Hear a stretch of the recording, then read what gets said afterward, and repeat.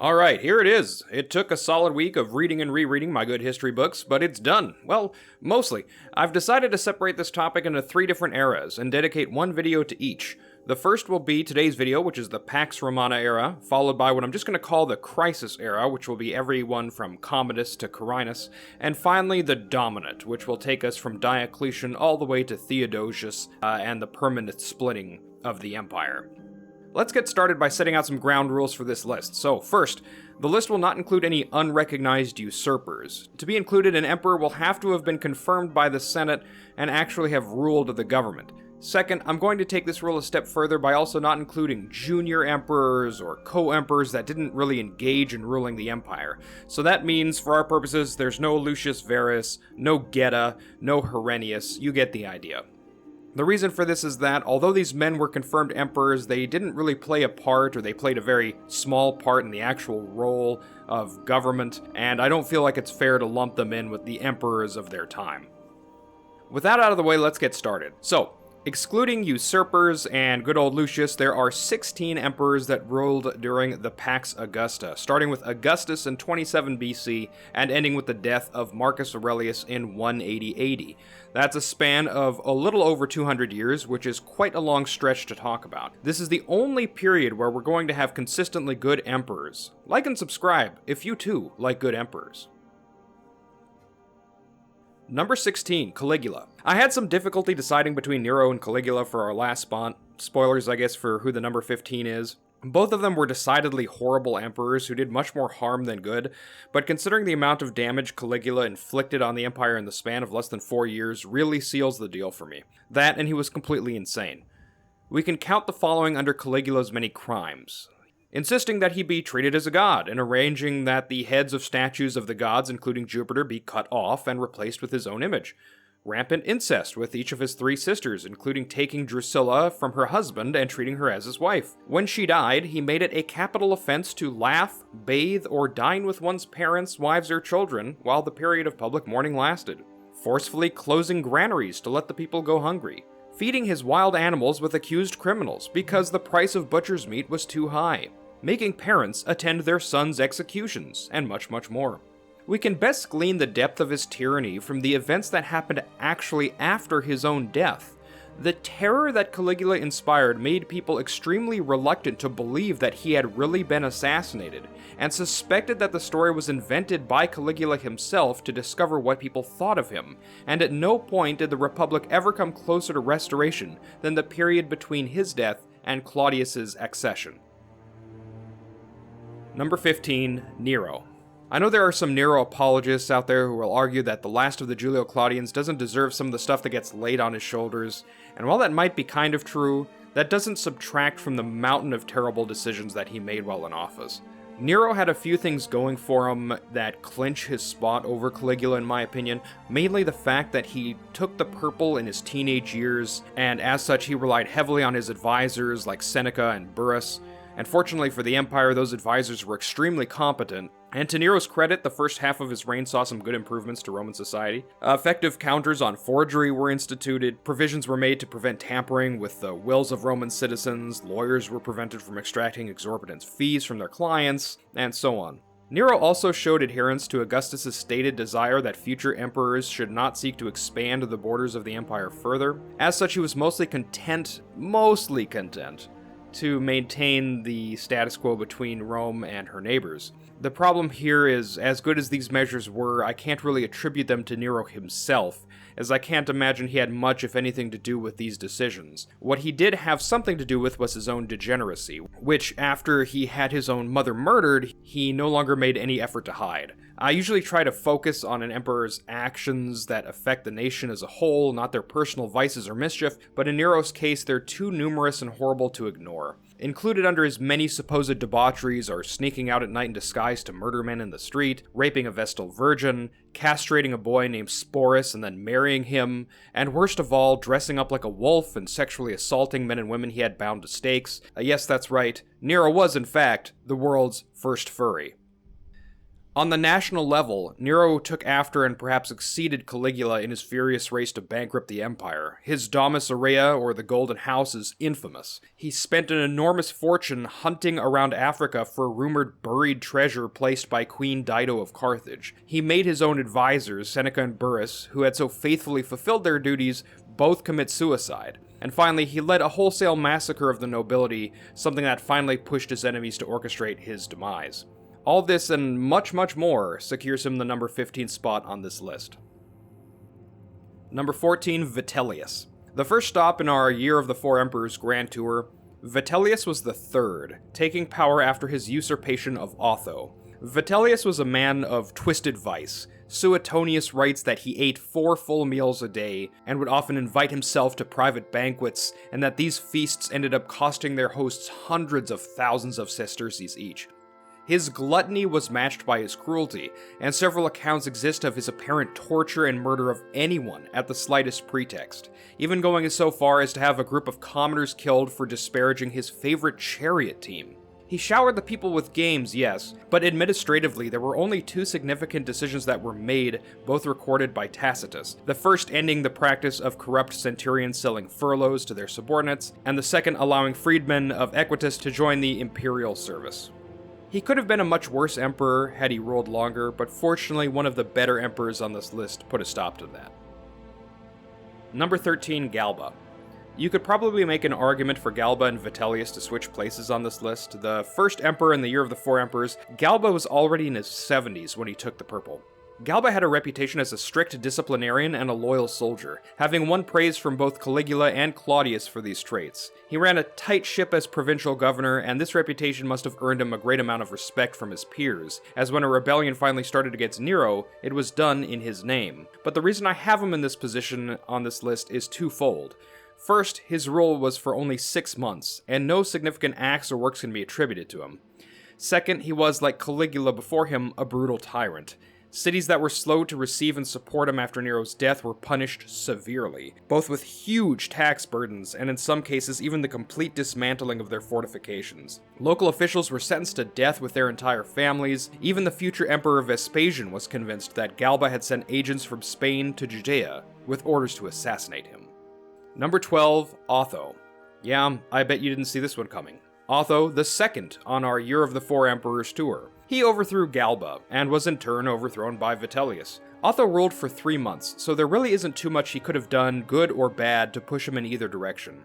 He edges out Vitellius and Galba for 2 reasons. First, instead of dragging out another civil war, he chose to commit suicide and spare everyone the trouble. And 2, although this might be a popular rumor, he was believed to have killed Galba with the intent of restoring the Republic. 11. Nerva. With Nerva, we're finally leaving behind the decidedly bad emperors and entering the realm of at least the somewhat good. Nerva was the first of the so-called 5 good emperors, being appointed by the Senate after the assassination of Domitian. Like Galba, Nerva was very old when he assumed office, and further had no children of his own, perhaps making him an uncontroversial candidate. Nerva's administration opened with several economic reforms intended to help the lower class. Cassius Dio says that Nerva granted allotments of land worth up to 60 million sesterces to the poorest of Romans. He exempted parents and children from the inheritance tax, and, importantly, he started the Alimenta, a welfare program that would continue all the way until 272 AD and the reign of Aurelian. To help pay for this, he abolished certain horse races and other spectacles, all to drive down the lavish expenditures of the state. Nerva's relationship with the Senate was also good.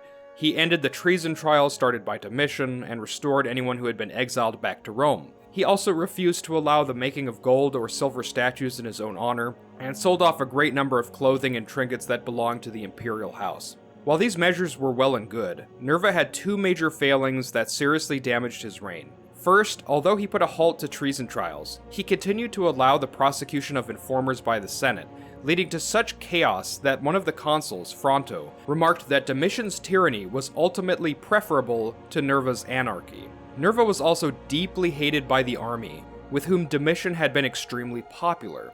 Nerva's failure to address Domitian's assassination culminated when the Praetorian Guard laid siege to the imperial palace in 97 AD and took Nerva hostage, forcing him to hand over those responsible for Domitian's death. The only thing that saved Nerva from further embarrassment was his appointment of Trajan as his successor, an act so universally approved by future generations that it guaranteed him his position as the first of the 5 good emperors. Number 10, Titus. In 10th place, we have Titus, the second of the Flavian emperors and the shortest lived. His position here wasn't so much a reflection of the quality of his reign, but of its short length.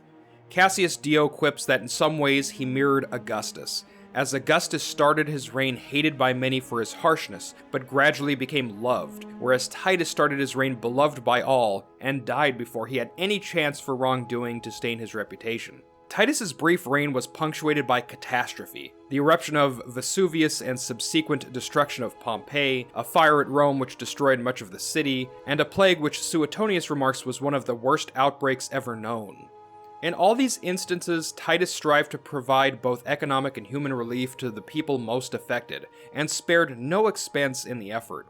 Administratively, Titus was extremely concerned with respecting the rights of Roman citizens. He showed great respect to private property, and would refuse to accept any gifts, even those sanctioned by tradition. He was always open to any petitioner, and famously he once said after not doing anyone any favors in his duties, "My friends, I have wasted a day."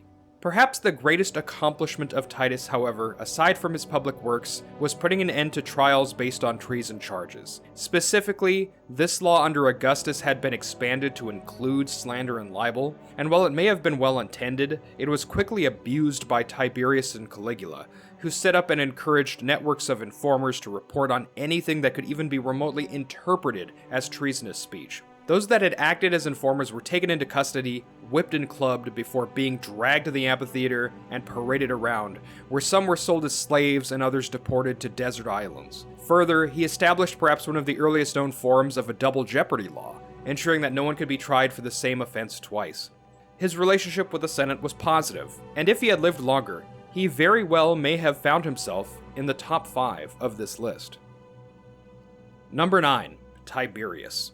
Of the 16 emperors on this list, I found Tiberius the hardest to place. This is in no small part due to the difference in quality between his early and later reign.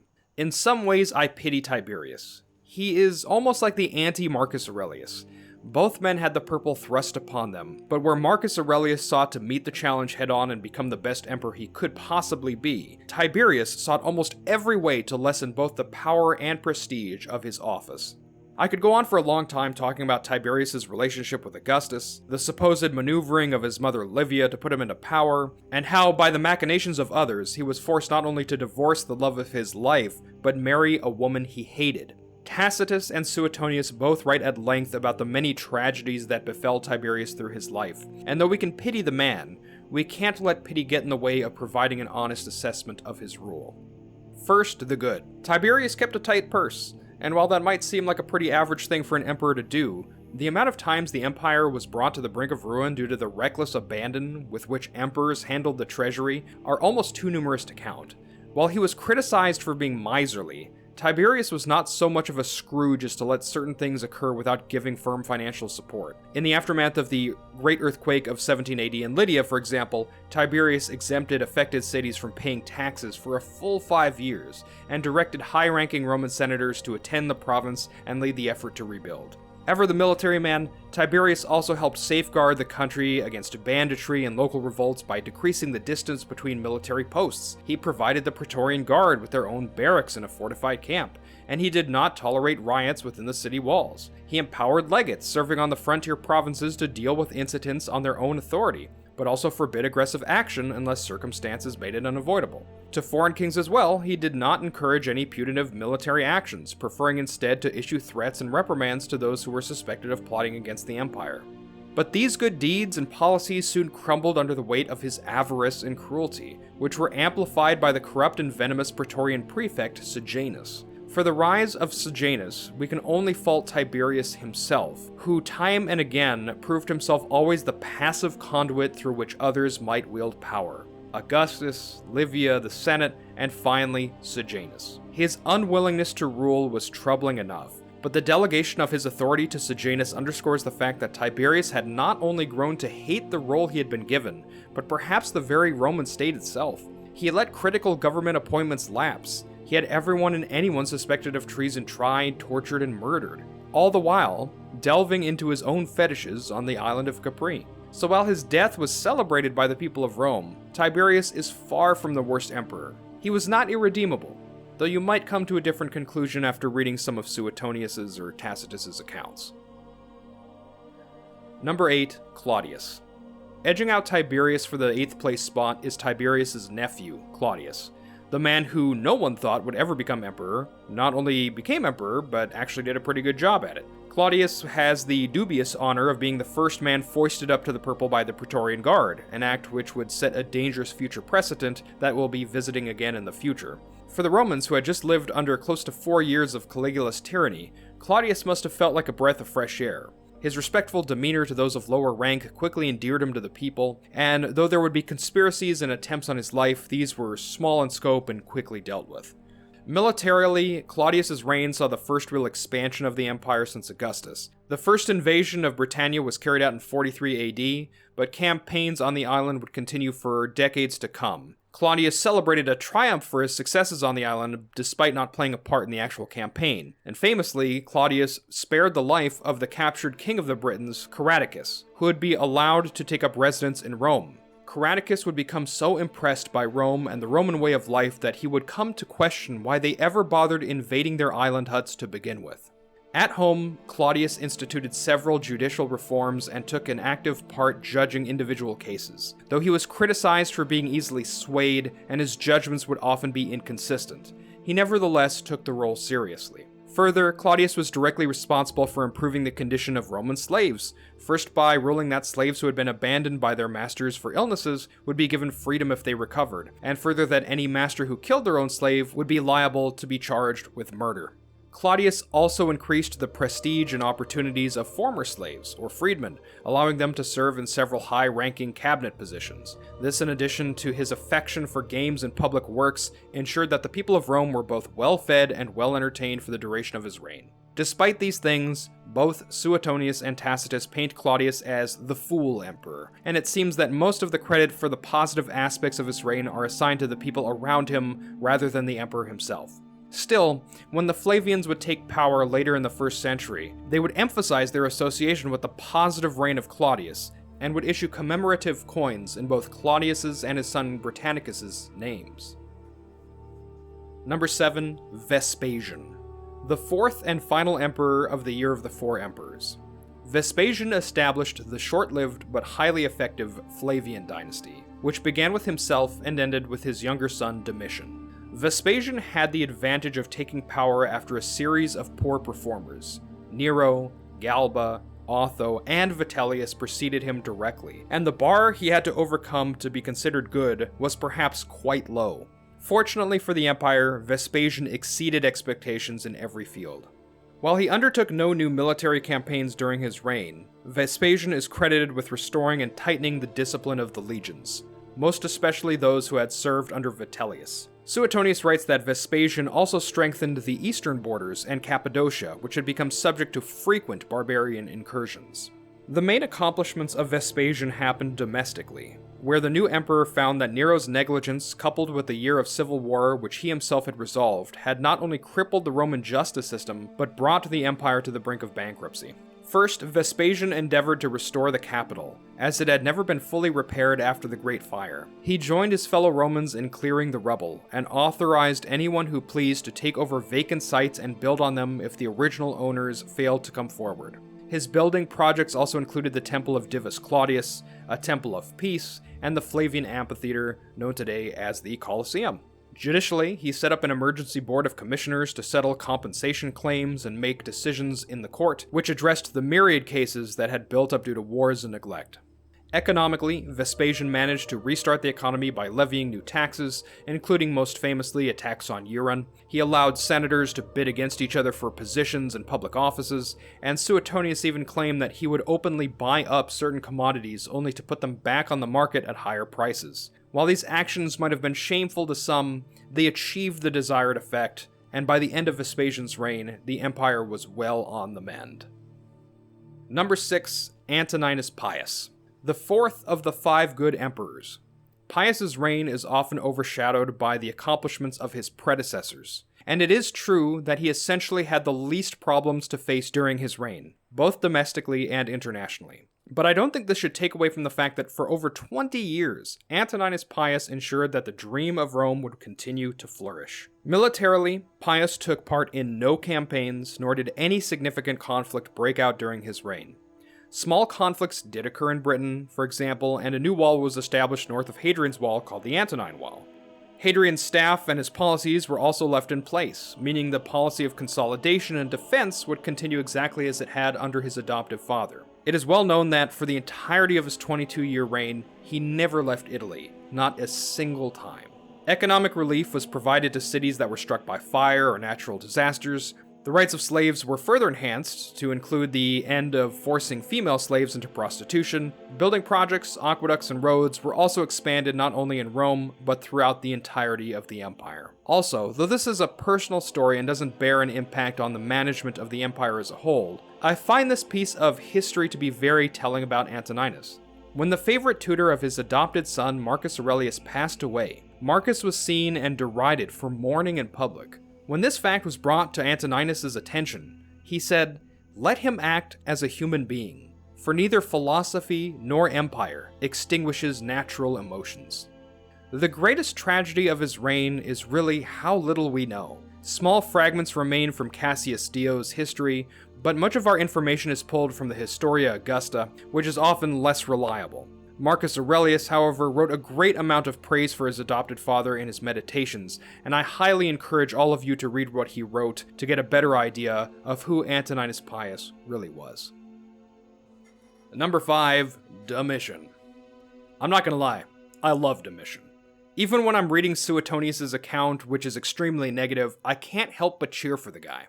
Domitian was the youngest son of Vespasian, and the last of the Flavian emperors. He took power after Titus's all-too-brief reign, and was in every respect the exact opposite of his older brother. Let's get one thing out of the way first. Yes, Domitian was a complete autocrat. He despised the Senate, and understandably so after living through the terror of Nero and the civil war that his father eventually completed.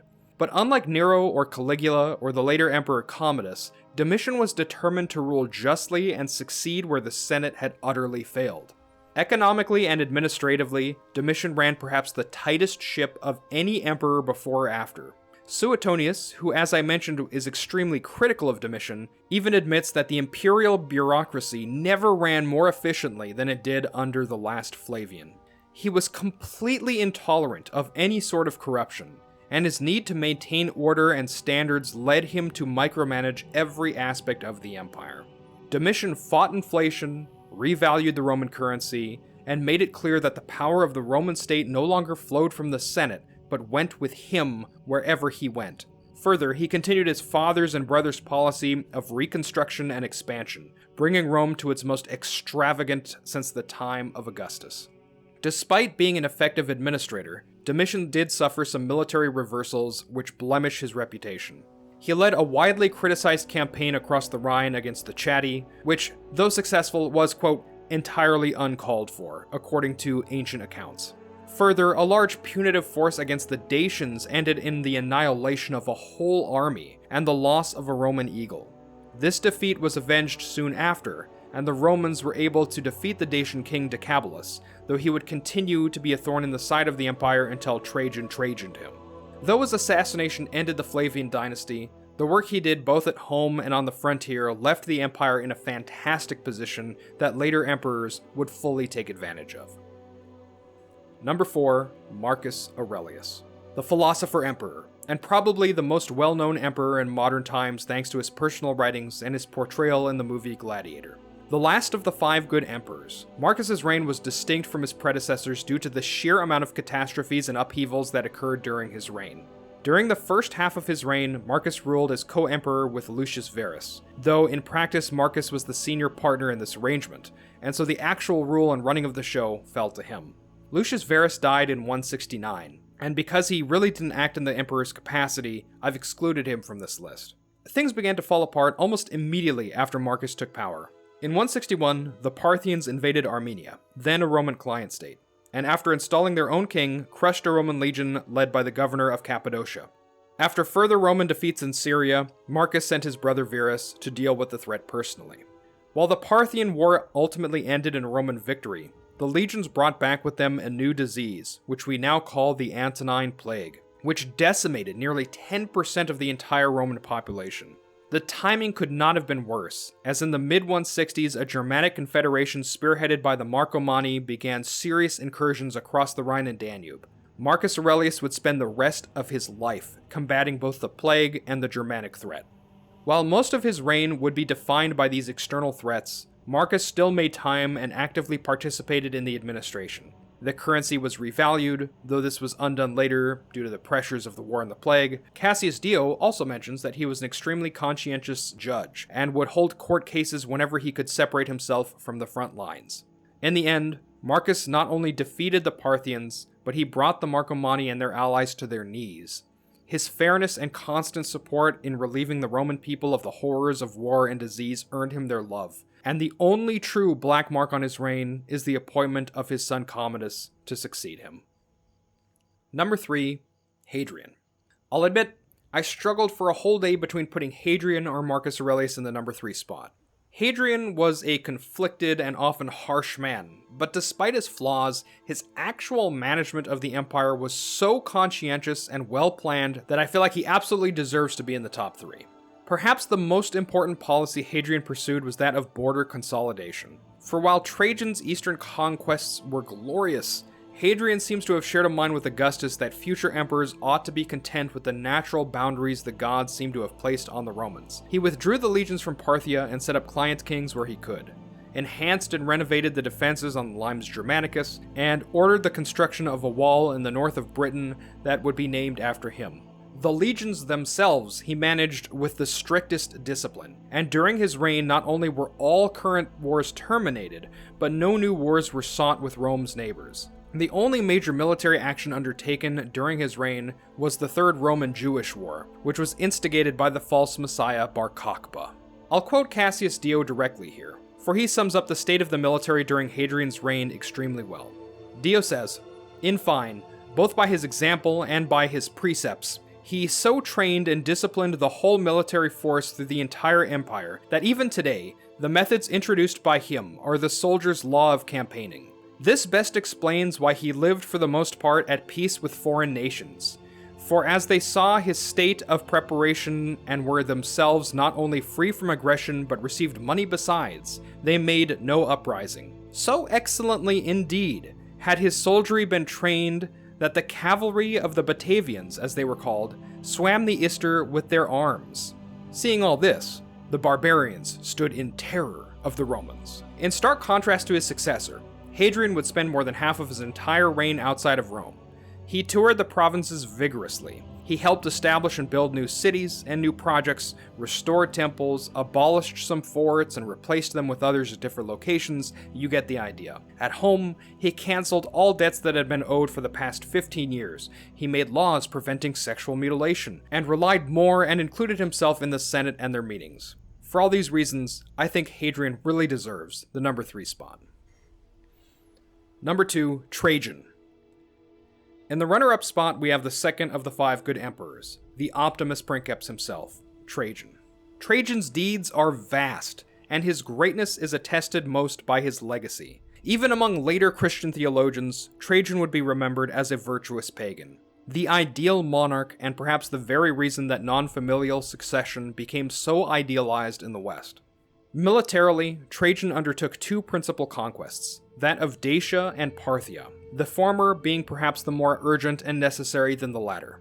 We discussed Dacia a bit when we talked about Domitian, and how they had taken the money and materials offered by the Romans and used them to build up fortification against the Romans instead of on their northern border. Trajan resolved the threat of Decapolis expediently, and Dacia itself was officially annexed as a Roman province. The origins of the Parthian campaign are a little more obscure and controversial, but it ended much the same as the Dacian War, with Parthia completely reduced, and the borders of the Roman Empire stretching all the way to the Persian Gulf. These conquests generated immense wealth for the Roman state, and Trajan, ever fond of the empire and its people, indulged them with grand games, restorations, and building projects. New roads were established, old harbors renewed and renovated, new libraries were created, and grand monuments like Trajan's Column were constructed. He appointed highly capable men and trusted them with the provinces, never had anyone killed, and had such faith in himself and his own integrity that upon appointing his praetorian prefect, Trajan handed him a sword and said, "Take this sword, in order that, if I rule well, you may use it for me, but if ill, against me." There's a good case to be made for putting Trajan at the top spot, but for me, there can only be one number one, and that spot is dedicated to... Number 1. Augustus. Surprise, surprise, the first emperor being in first place. It's a shock, I know, but the heir of Julius Caesar and the man who brought down the corrupt republic deserves nothing less. The man who overcame the most corrupt traitors in the history of mankind. The man who brought all the rivals who rose up in every corner of the republic to heel. The greatness and vision of Augustus has never again been matched in the history of the world. For each emperor until now, I've been able to focus entirely on each of their reigns. Titus and Tiberius might have been excellent generals and led successful campaigns before their accession, but those were always at the behest of someone above them. With Augustus, this line is blurred a bit, as his reign is only considered to have started upon his acceptance of the title Augustus in January of 27 BC, a full 15 years after his victory against Brutus and Cassius. So outside of his victories in the civil wars, Augustus also expanded the nascent empire further. He completed the conquest of the last barbarian strongholds in Spain. He marched on the Alpine tribes that Caesar had intended to subdue but never could. His authority was so supreme that he managed to negotiate a settlement with Parthia that included the return of Crassus's eagle standards to Rome without ever having to risk another Roman life. His only major reversal was at Teutoburg, where 3 Roman legions were decimated by the traitor Arminius.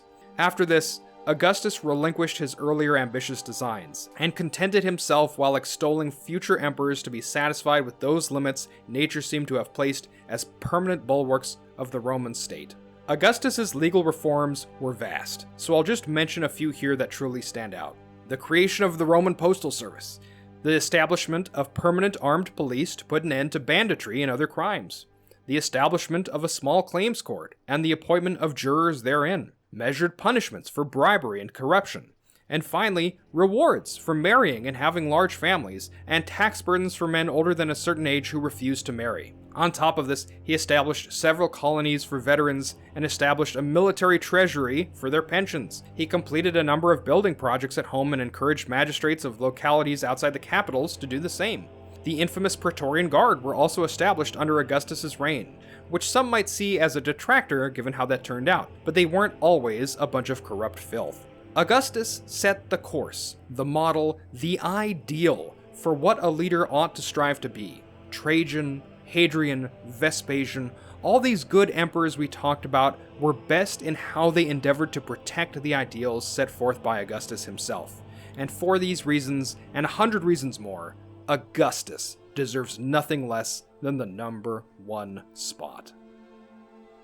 Everyone, thank you so much for watching this video today. If you made it this far, I hope you enjoyed it. You can support the channel by liking and subscribing, of course, and I'll be working on the next video in this series very soon, so please look forward to it.